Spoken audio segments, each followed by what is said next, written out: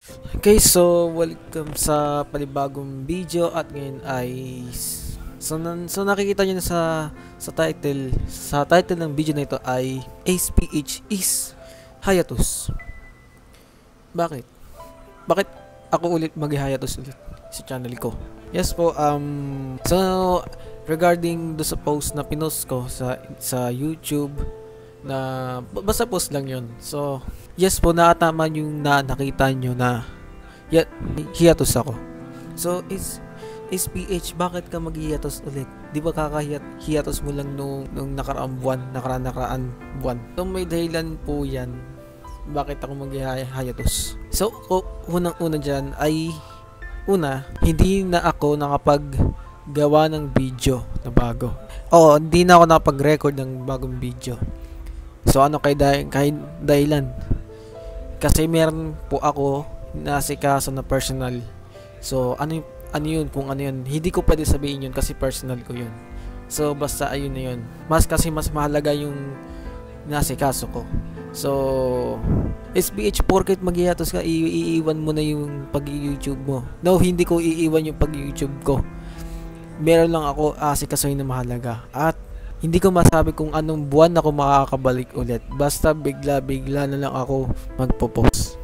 So ayun guys, so bago ako mag-hiatus, meron akong iniwan mga 5 video or 4 videos kasi yung isa naka-release na itong nakaraang araw. So ngayon ay 4 videos na natitira, 2 ready to release na. So naka-schedule na ilalabas ko. So yung mga video na ay matatagal ko na na-record. So ngayon December ko lang siya ni-release sa YouTube ko. So ayun. Syempre since meron nanonood sa akin kahit konti or meron, syempre alam kong meron sa akin inaasahan na maglalabas ang mga video. And sa pagkakataon ito, ako ay mag-hiatus muna. And sa mga sumusuporta sa akin dito sa 2K 300 subscriber plus na tayo guys, and maraming salamat sa inyong pag-subscribe and panonood, and super appreciate ko yun, and thank you talaga. So pangalawa dito ay may mga naganap na nakaraang weeks, nakaraang buwan.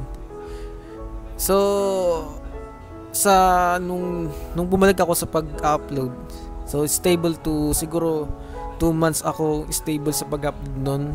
So okay naman. So nagbumalik kasi ako, may something nangyari kasi, and may nagkaroon ako problema sa sarili ko. So di ko pwede sabihin yun kung ano yun, basta yun na yung masasabi ko sa video na ito. Itong nakaraan kasi medyo nag-message itong someone sa Instagram ko, which is favorite friend ko.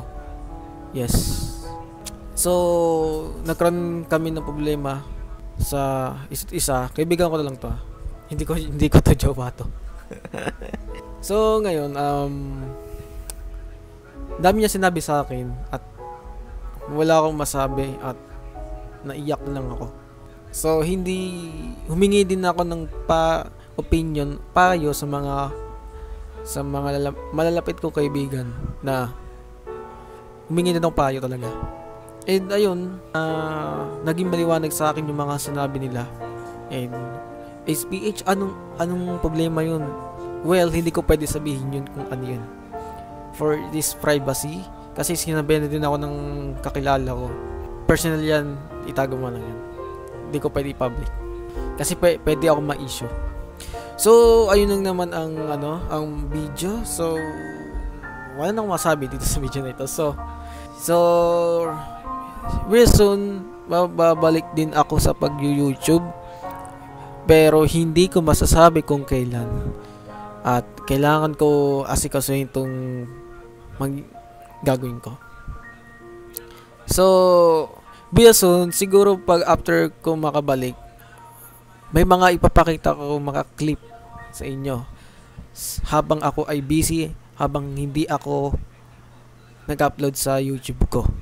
So So, ako nga pala si SPH and lagi kayo mag-iingat sa panahon ngayon and don't forget to like, subscribe. And sa mga series ko hindi na natuloy, itutuloy ko yan soon and yun lang naman.